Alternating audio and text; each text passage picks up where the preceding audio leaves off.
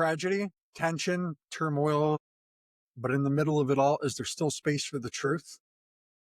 This is Middle Ground Mike, and today we are threading the needle between America's most divisive stories, from Fort Stewart to Tehran, from Austin to DC, to ask a simple, hard question: can the center still hold? Let's start with one of the bigger topics. Something that's terribly tragic. Multiple soldiers were shot at Fort Stewart in Georgia. A place meant for preparation, not chaos. It's raised a lot of questions about mental health in the military. Some people talked about gun control within the armed forces. Gun control is a really tough subject, especially in the armed forces. I think it's definitely in my opinion, more of a mental health issue that we need to definitely recognize and push.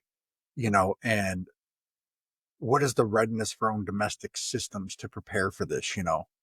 Where's the middle ground on this? We support our troops well, we also kind of recognize the urgent need for systemic care, not just in war zones, but at home, right?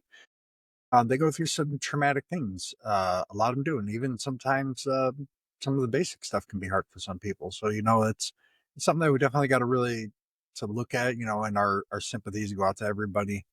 You know, um, Nobody deserves to get shot, especially when you're standing up for your own country. It's awful. Let's talk a little bit here about Israel, Gaza, and Iran. Essentially, like it's one gargantuan sized powder keg that seems like it's ready to explode, but then it kind of dies down, but then it spikes up. The conflict in Gaza has escalated again, but I know recently there was some attacks that killed some aid workers and things of that nature, and that's not okay. Like Israel's got to do better on that. But at this time, the backdrop's darker, right? Iran's direct involvement is now growing. The retaliation to the bombings, to the cyber attacks. And what are we going to do about it? We're caught between backing Israel and pressuring Iran and trying to manage some form of diplomacy. At some point, we're just going to have to be like, hey, this is what it is. Because obviously, this is just not working at our current approach. Well, here and at the middle ground, like kind of, we ask, like, is unconditional support to one side a strategy or political reflex? Where's the room for peace, security, and human rights, right? So aid workers that are supposed to help divvy out food, and even I believe Israel even said they didn't. I mean, obviously, I don't think they meant to kill them, but that's a big part of the problem, right? They. I know the bombings have continued and continued and continued, and is there? There's a lot of talk out there about this horse still being pushed because of Benjamin Netanyahu's. I believe if he gets out of office, he's going to be prosecuted because I believe there is some audio tapes of him taking bribes. I don't know the full details behind that, but that has been talked about frequently, that is the reason he is still pushing this. I do not know the internal intricacies of Israeli politics, so I will not claim to know that. I just know that it's something that is heavily talked about, but when it comes to Iran, right? Iran's retaliating, now they're going to start doing more things to kind of, not that they already weren't, but they're going to kind of try to make our life even more difficult. Even if they say they aren't going to publicly, I have no doubts that they will privately. That is the nature of things, how things go, right? So, we got to do better with that. We got to find some kind of way to get Israel to back off. Let's help Gaza rebuild, like let's put them in charge of their own rebuild, but let's get them some supplies, and I'm not talking weapons, I'm talking materials, right? To rebuild their things. Let's help them. We don't need to be killing any more of these people. I mean, it's senseless at this point.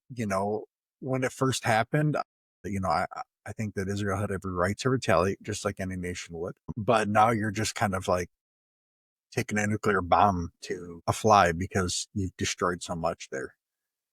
And that's not like personal towards Israel in any certain way. It wouldn't matter if it was Israel or if it was a European country doing this. You're not really fixing anything, you're making it worse. You're creating future problems down the road. These kids are going to remember what you've done. They're going to remember seeing their parents getting killed, whether they were in Hamas or not. And they're going to remember that. They're going to remember the trauma of starving, and they're going to have one place to blame. And it will end up being Israel. I'm not saying that, we shouldn't go after bad guys or nothing like that. No, but we got to be conscious of what our actions are going to do down the road, and it will create more problems for us. Not, I mean, not for just America, but for Israel. I mean, mainly Israel, right? Because they're neighbors. So it's something that, we need to really, really, really, really take a good hard look at, right? I know sometimes things can't be avoided, but it just seems like with where things are going now, we're creating more problems 10, 20 years down the road. It's gonna, I mean, you're gonna have a bunch of people that's all they're gonna remember. And when somebody just remembers something like that about their family, all it is just gonna be pure rage. There's nothing you're gonna tell them to make it any better. Thoughts go out to people in the Middle East. Do what you can to stay afloat. Push forward. Just keep pushing forward. All right, let's talk a little bit about the Trump talking about putting another round of sanctions on Russia. From my understanding is, they did issue some new sanctions, kind of targeting like defense, tech, and I believe even more financial areas. You know, but kind of like what I was thinking, have the sanctions become political theater more than policy? Because they keep seeming to find ways around them. I believe Trump just slapped another 25% tariff on India for them buying Russian's oil and kind of propping them up per se. Yeah, I don't know if I'd have went that far, but I definitely see his point behind it. Now, I don't disagree with doing something about it. I just don't know if I would have went that far. That seems a little extreme. And if we want to have a real effect on the war machine in Russia, we got to be unified, not doing this like partisan posturing and just, kind of like pounding the chest. Oh, we're the ones that are right.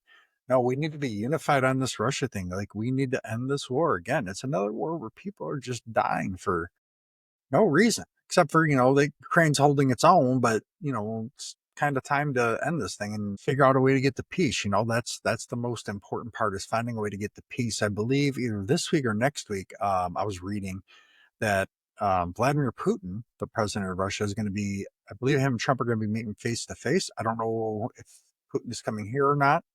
I would assume that he's probably coming here, and hopefully a face to face meeting can really kind of help get the ball rolling, because Donald Trump has kind of called Putin out a little bit recently, and recent weeks over, pretty much saying, "Hey, you pretty much lied to us. You're not doing ABC," which he's not wrong.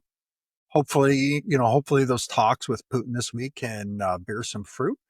We can start moving in the right direction, and with how things might go economically, depending where you're at, we could use a little piece to kind of even things out. you know let's move on and talk about one of the other big things going on right now, that Democrats in Texas walk out again. Is, again, it's political theater. I get why they do it, because they're worried about gerrymandering, this, that, and the other thing, and they're trying to block the Republican-backed bills, right? I get it, and I get why you want to avoid the gerrymandering, but my problem, this is my problem with the whole thing, right? They're throwing this huge fit, but if they were the ones that were in control, they'd be doing the same exact thing. That's the problem. That's why we don't get nothing done here, because of stunts like this, right? Because rather than you know rather than get on the floor, make a big stink, just get it out there in the media, walk the streets and talk to people talking about it, if that's how you feel about it. But just doing that, it's theater. I believe it was in Texas. They did it, I don't know, however many years ago then, and it didn't work then. It doesn't solve problems. All it does is create more division. It does not solve problems. You need to meet these things head on, get your citizens involved, and walk up to the capitals or wherever that, and be like, hey, let's, or we're not the capitals, but walk to, I don't know if they're holding like a rally somewhere, their local representative, right? Bring it, talk to them, do these things, send emails, like whatever it takes. That's the whole point of our system, is to be able to do these things. We need to do a better job. You know, uh, kind of like our overall view here is, effective opposition really needs to engage it. They don't need to retreat. They need to fight the bills with the people's voice behind them, and not empty chairs, because like I said, you don't get nothing done if you're not participating. Michael Jordan even said it best, you miss 100% of the shots that you don't take. So I really hope that they can get that part figured out. I think it's just going to kind of be one of those things, because the GOP is the majority down there, that it will be what it is. That's just my opinion. I don't know that for a fact. It has not been finalized yet. Um, let's talk a little bit about green card to deportation pipeline. This one really kind of got me a little bit. The story isn't going to get better with time. It's not going to get enough airtime. Immigrants applying for green cards now may actually be placed in removal proceedings if their application is denied. The act of applying for legal status, I get that if it's denied, but that act can now get you deported too. So, I get that, hey, if you're denied, for your green card status, you get kicked out, right? But, is efficiency, there's got to be a path that's firm but fair. But we got to have enforcement and dignity, not just because it's, these poor people. No, we got to have dignity in our own actions and our own conscience. I don't know if, I don't know if that's the right way to do it. I think it should just kind of been left how it was. They just enforced the law that was there, but that's more of my opinion. So let's move on to Democrats' Project 2029. We haven't talked about it for a while, and their 2028 possible frontrunners. Let's talk about the future a little bit. Project 2029 for the Democrats. It's their whole long-term strategy. They want to reshape things, policy, courts, elections, pass a Congress, um, but who's the face of the party in 2028? Because, you got this big thing in the party kind of pulling both sides. You got the AOCs of the world and then you got the John Fettermans of the world, right? Right now there's no clear front runner that dominates the polls. Gavin Newsom, Gretchen Whitmer, and even AOC swirl and the speculation storm. And this is not a dig at AOC because I respect her passion. There's not really dirt on AOC. She is who she is, and you got to respect that. Uh, but I just don't know if her views would get enough of a majority to get Democrats to where they want to go. Some of her views aren't going to resonate with a lot of America, and I get where she's coming from. So because in principle, a lot of the time she's right in some of her issues that she brings up, right? We just disagree on how to make it happen. But yeah, she's definitely one of the cleaner conscience people out there. I just don't know if her policies would be electable on a national level, especially if we consider Kamala Harris extremist. You ain't seen nothing yet till you got AOC. The polls show a huge shift, right? Especially in independents and moderates. They're Independents and moderates are really getting to a point where they're just going to be completely and utterly done with extremes. Where's the middle on this, right? Democrats need a bold, but they got to have a balanced voice. You can't just be one way. You need someone that appeals to everyday Americans without putting them down because they don't think the way that you do. And stop putting people down who didn't, quote unquote, go to college and get a real job or however you want to word it, right? That puts working class people, why would they vote for you if you're going to talk to them like, why should someone vote for you if you're going to talk to them like that? Like, make it make sense. Like, make it make sense, because you turn on the news and every uneducated voters, like, they say these things, right? When they're talking about, they'll say uneducated voter votes for Republicans. And then somebody chimes in talking about, oh yeah, if you're an uneducated, this race or that gender, do you vote Republican? So you're essentially calling some people stupid without saying stupid and then wondering why they're not voting for you. I mean, a little tact would go a long way in that situation. Probably would have helped you win the White House in all reality. Outside of Kamala saying she wouldn't change anything, I mean, that definitely resonated with a lot of Americans. But, the Democratic Party faces, they're facing a tough choice, right? Are they going to double down on progressive populism or reclaim the moderate area that Clinton and Obama seemed to dominate? Obviously, a lot more Clinton than Obama. Obama had a lot more liberal policies. Yeah, but the question you have is the base Democratic Party, would they accept the centrist? Somebody leans, would they accept the John Fetterman type or, like a Clinton type to run for national office again? I don't know. I would hope so. You would think that everybody would want to have a voice of reason in the room, but you don't know. These are the questions that we're going to be tracking, and kind of seeing where that goes. Obviously we're going to do the same thing with the GOP as 2026 and 2028 come around. You know, um, and let's talk about 2028 a little bit. Do Republicans have a middle ground candidate? Can JD Vance be that Bridgerton MAGA and the other part of the GOP? Can he keep that same momentum, right? A lot of it's going to depend on how things go in the next couple of years, but also, I mean, can he be that guy? A lot of people talk about like Nikki Haley and Tim Scott. I'm sorry, but to me, they're just not centrist. They're not. All they are is war hawks that pound their chest. My opinion, not knocking them as individuals, but that to me is seems to be their stances more than anything. It will be very hard to break out of MAGA dominance, right? But that's why you've got to find a way to connect both. Because in a lot of ways, they do have a lot of similar things in common. It's just not put in the right manner. There's nobody willing to come to the table to compromise, to go, okay, hey, because together, everybody's stronger, whether no matter which party it is.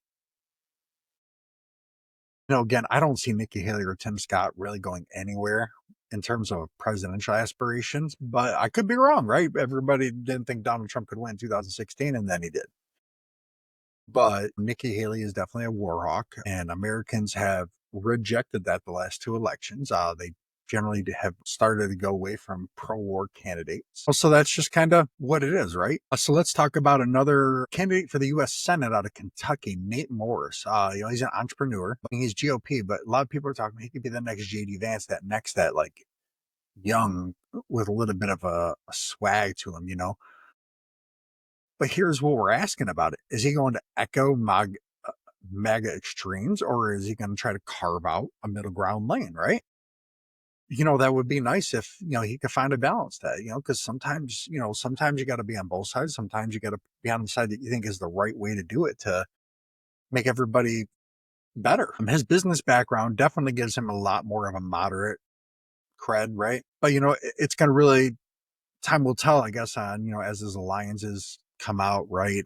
What kind of packs are going to be supporting him? What's the feelings in Kentucky? I mean, that's definitely something to follow, right? Because as people run for office and things like that come up, oh yeah, man, back in 1985, he pooped the wrong way or something. That's just stuff like that just always seems to bubble up.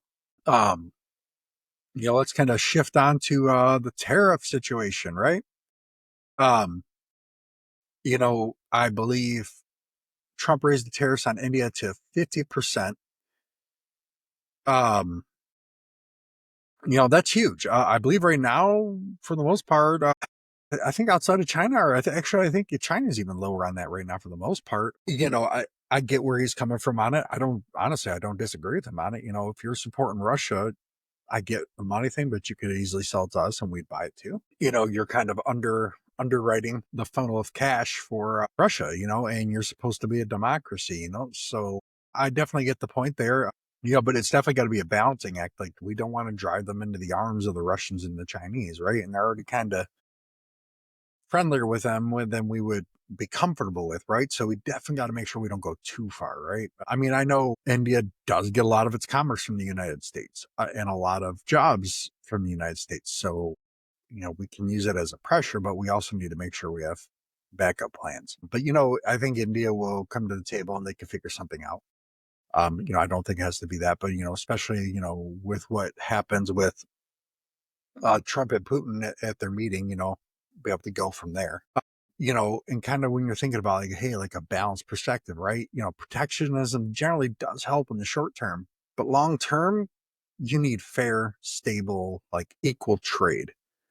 Free trade is good with countries from like Europe, industrialized, modernized nations, right? I just don't know if you can have open free trade with nations that have extremely cheap labor. Because how in free trade can you compete with that? You cannot. Like, yes, you do need to get better. That's part of capitalism and market economics, right? You got to get better. You got to get more efficient. But when the gap between what you need for a standard of living in your country and then that other country that's significantly less, if, like you'd have to have one person doing a job of like 2,000 in order really to make depend. I mean, it's being a little hyperbole here, but you would need that to really make a dent. So, we got to really, really, really watch that and just be close, be a little bit narrower, and just kind of toe the line, I guess, if you want to call it. But just some closing thoughts, in September for the start of football season, my favorite season, get the little gnome back there. Middle Ground Sports is going to be dropping. We're going to cover obviously Detroit sports because that's where I'm from, but we're going to also cover national sports too. So, don't be afraid to check that out. Like I said, Middle Ground Sports. It'll be YouTube and podcast. Still be determined on like how we're going to make all that work. But we are probably going to have a regular guest host on there, another co-host on there as well. Probably I may rotate between a couple people, but so there'd be a lot more back and forth and talking about things, just trying to cut through the coach speak and media speak and things of that nature, right? So don't forget to check that out. And also, don't forget that, I probably hear this all the time. Don't forget to check $1.50 a month for Patreon, right? We're going to be having some really cool stuff in there. There's going to be shorts that are posted ahead of time for big episodes that come out. Uh, there's going to be exclusive content that's only going to be on there. We're going to have some chats with some guests that are coming out. Uh, you know, Join. It's only $1.50. $1.50. That's it. $1.50. You're not even going to notice that. I know times are tough, but hey, $1.50. You're not going to notice that, and you'll find some great content that you're really going to enjoy. Especially, if news commentary and things of that nature or something. You're at $1.50 to hear some great stuff that's not all about hate, not all about division. Seems pretty reasonable. Help us keep it going, man. Let's make this a movement. Like, let's push it. But we can't push and make it a movement and take over everything without you guys. I put it out there, and we are exploding in popularity. I mean, like Spotify, I think we're almost at 1,400 followers. Um, which compared to 2 months ago, I think we only had like 100. Not no, I'm not sorry, 110. My apologies. So we are gaining some steam, right? But I need some of you supporters out there on whatever platform you are, man. $1.50, jump on there. Let's get involved. Let's talk about it, right? Or there's some things you disagree with me about? Is there some things maybe I get wrong that maybe I just don't realize it, right? I would like to hear your opinions. Join in the conversation. Let's have some back and forth, man. Let's go. As long as we're polite to each other. We don't need to be jerks. A little sarcasm's okay, but you got to know where the limit is. Let's do that. The world is on fire in more ways than one. From issue at the military base to Gaza. You know, but through everything, this podcast stands for one thing. We believe most Americans want solutions, not political hot air. You know, if you talk to your neighbor, most of them will probably tell you, yeah, we believe in disagreeing without hating each other. Most. And we do believe in the truth. We believe the truth is very rare, far left or far right, because there's generally there's always a little bit like that, that middle ground, right? But and not just about middle ground, not that self promo, but it's like sometimes you can look at both things and there's a little bit of both, right? It's just how life works. So stay with us, speak up, stay in the middle. And this is me, Joe, your host, signing off, reminding you the middle is not the compromise, it's the movement. Have a good day, everybody.